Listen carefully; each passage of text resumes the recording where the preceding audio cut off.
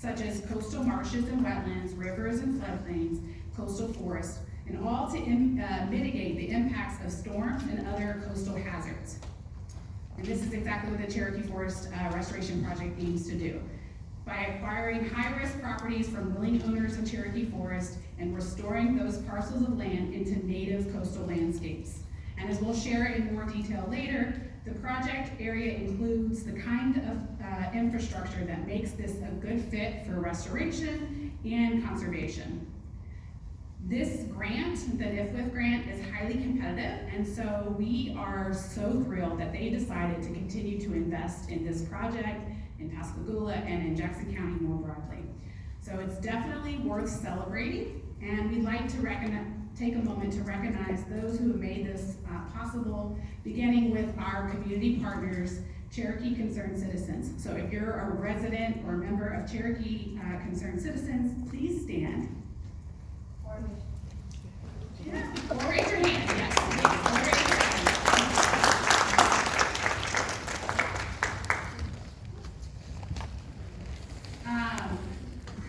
We'd also like to thank our technical advisory panel, who have shared their expertise throughout the Phase 1 planning. And if you're a member of the technical advisory panel, please stand or raise your hand.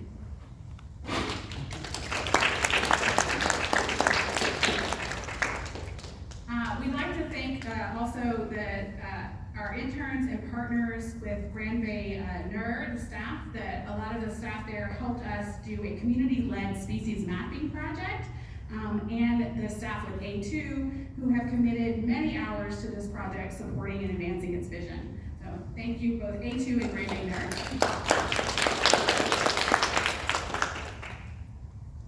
We'd also like to thank our technical delivery partners, Climate Resilience Consulting and One Architecture. For those of you who were at the workshop, they were the folks leading us through that workshop.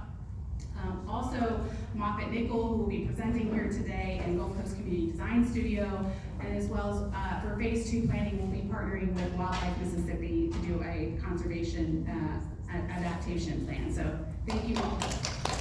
Oh, yeah, sorry, I skipped over it. If that's you, please stand and raise your hand. Yes, one more time for everybody who's interested. Yeah. So,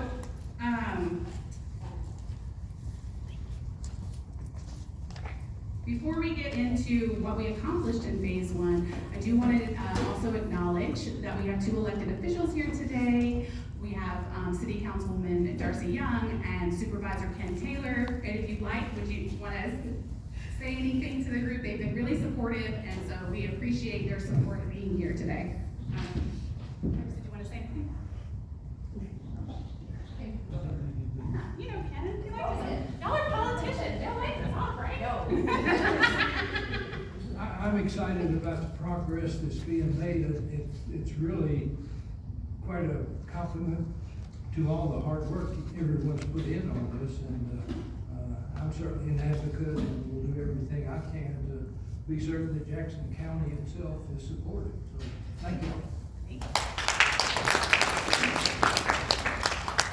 And thank you for including me in your monthly meetings, inviting me in to be part of this process.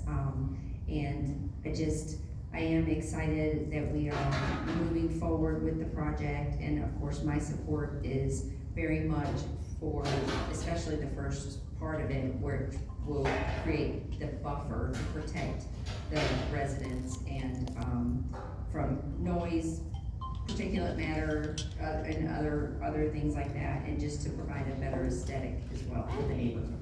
So thank you for having me. Thank you. Welcome on in, folks that are just joining us. We have coffee, tea, and water in the back, and feel free to grab a seat. All right, so Faith, let me just hold it because that feels like it's going to take a minute, and I'll get a little disorganized here. So Phase 1 accomplishments, from the folks that we talked about today, our technical advisory panel, from some of the technical delivery partners, our volunteer staff and partner organizations have contributed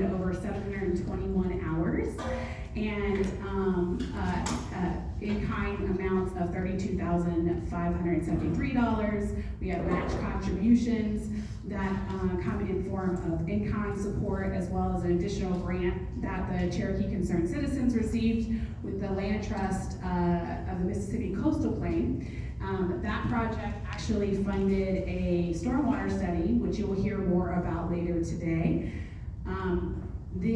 Over the last 15 months, we did our technical advisory panel came out to visit the neighborhood and did a site assessment. We held community stakeholder workshops where over 70 residents, experts, professionals, elected officials, and leaders in the community came out to participate to help shape the plan that we'll be talking about today. We held quarterly meetings, we did resident education workshops, and we did direct and social media outreach to over 502 residents and reached about 6,440 people. So it's pretty exciting, all that we're able to accomplish in just phase one, and we're looking forward to phase two.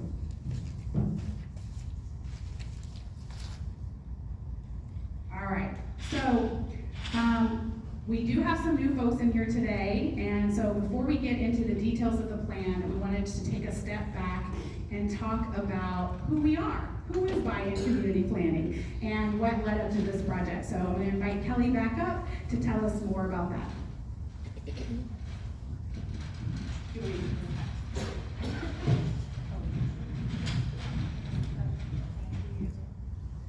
All right, hi again, everybody. As I mentioned before, but a couple new folks walked in. My name is Kelly. I'm the executive director and also founder of Buy-in Community Planning, or Buy-in for short. Buy-in is a national 501c3 organization that I started just a couple of years ago, back in 2020.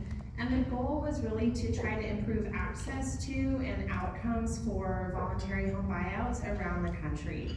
One of the ways that we work to improve buyout outcomes is by partnering really closely with our community partners like Cherokee Concerned Citizens. But we have over 10 different community partnerships programs happening around the country, from Missouri to Texas, Louisiana, Mississippi, Alabama, Florida. You know, the issues that are being discussed here in Cherokee Forest are not unique, but this project really is unique. The Relocation to Restoration Project is one of the most well-funded, the most inclusive of all these different voices, all these different partners, and I really just want to say that Buy-in is really excited about what's happening here in Pascagoula, the leadership that's being shown by our elected officials here in the room, the network of stakeholders and partners, and the participants of participation of the residents that are here in the room. And I just want to say thank you all so much for allowing Buy-in to be a partner. In terms of the way that we work, you know, a lot of existing voluntary home buyout programs have been funded by FEMA after disasters. We have been working with some partners to leverage those public funding and federal dollars to bring resources to communities that have been affected by flooding. But sometimes communities want to talk about relocation, or there are residents who want to leave before the next disaster strikes. And that is really where the relocation to restoration framework gets its power, is by allowing communities to prepare for the future and think about the way that acquisitions can tie into a more robust resilience framework for communities to adapt to increasingly severe storms. So the relocation and restoration framework, we're going to be talking a little bit more about these details, but I really want to say as an organization, we're one of the only ones in the country that is specifically working on issues of home buyouts and relocation, that the opportunity here in Pascagoula is really to be a leader nationally and also internationally for really linking together ecosystem restoration with voluntary relocation from residents that want to participate. And there's an increasing amount of research and practice that's interested in how to articulate both the benefits of relocation, but also the economic benefits of investing in hazard reduction and resilience and hazard mitigation before the next disaster happens. So some research on hazard mitigation shows that for every dollar invested in risk reduction generates anywhere from $2 to $6 in avoided future costs. So here in Pascagoula, we used a FEMA economic analysis tool that cites that the cumulative benefits of restoration in Cherokee Forest alone could be between $2.50 to $12.30 per square foot per year, and that this could generate between $3.4 and $1.6 million per year in public benefits through flood mitigation, ecosystem services, and reduced infrastructure benefits.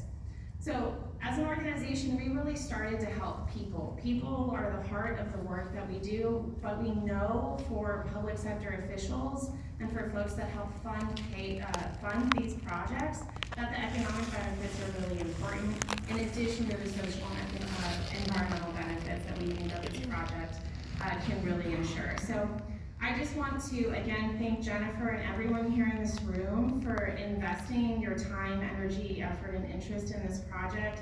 It's really one of the most, I think, inspiring and interesting projects happening around the country, and I really look forward to the opportunity to continue to support it through Buy-in as an organization. So thanks again, and I'll turn it back over to Jen.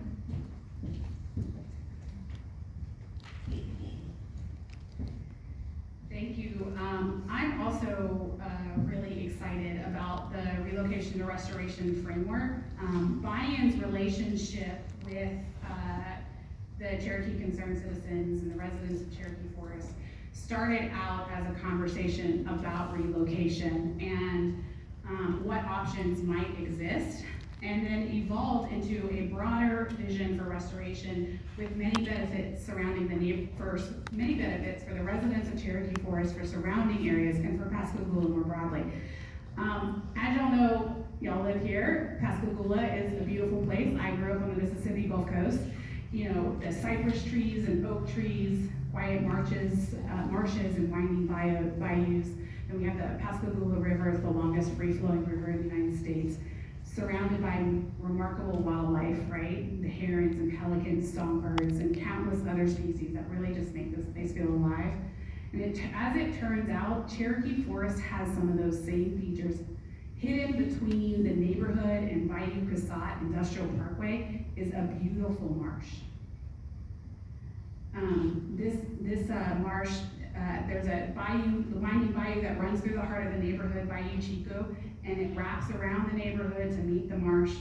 The Nature Conservancy described it as noteworthy, right? The stream is flowing, allowing with really no barriers for fish to flow through the entire stream. They also described it as the only coastal stream with a functioning fringing oyster reef and a small intertidal salt marsh near the edge of the stream. There's 35 heritage species that have been identified in that area, including state and federally listed endangered species, piping plover and the Mississippi sandhill crane. Local monitoring from USM and the Audubon Society have documented over 67 birds, including, I've been told, the famous bird enthusiast favorite, the painted bunting. Sometimes when we grow up in a place, and that's what's true for me, it's easy to take the beauty for granted. I know it wasn't until I left Mississippi coast and came back and I started to realize, wow, this place is really spectacular. You know, I started to notice how seeing a row of oak trees just made my shoulders relax a little, and this place is part of our identity, it's part of our history and our sense of home. In fact, I remember from the workshops that you folks were talking about how much they loved the natural landscape of Pascagoula, talking about spending time outdoors, you know, family kayak trips down the bayou, childhood adventures in the swamp. But beyond its beauty, nature is doing a lot of work, quietly filtering the air and water, buffering storms, cooling neighborhoods, and supporting the health of our communities. Nature is constantly reshaping, regulating, adapting, and responding in ways that protect our collective well-being, even when we don't even notice. And I know a lot of you are familiar, as conservationists and experts yourself, of how important it is to protect and maximize the benefits of these ecosystem services. I find that the more I'm learning about the natural world, the more I am in awe of its interconnectedness and its synchronicity and its ability to support us. I actually recently came across some research that I found very telling that sort of captures what I'm talking about. It's about the relationship between birds and trees. Scientists have studied that bird activity, their song, influences how trees breathe and function. And then, of course, as we know, trees help create healthier habitats and cleaner air. It's a reminder that this place isn't just scenery, it's a living network that quietly supports us in all of our life. Oh, see, I got my minutes mixed up, so here we go. The proposed project for Cherokee Forest seeks to make the bayou and the marsh visible and maximize these ecosystem services that nature provides. So, just wanted to take a moment to pause as we're about to talk about what restoration can look like in Cherokee Forest. I wanted to share with you what we've been sort of, what has been unfolding before us as we've done the site assessments and visiting the area, that it is really a beautiful place. And as we'll hear from some of our other presenters, the opportunity there for restoration is one that we should take advantage of. Yeah, it's a unique place compared to other places in Pascagoula. All right, so I saw thumbs up, the food is ready, and I don't know about you guys, but I'm a little hungry. So let's pause there, and yeah, right? Okay, that's what I thought. Okay, so let's pause there, and we're gonna come back and go into give a little more context and then into our restoration plan. But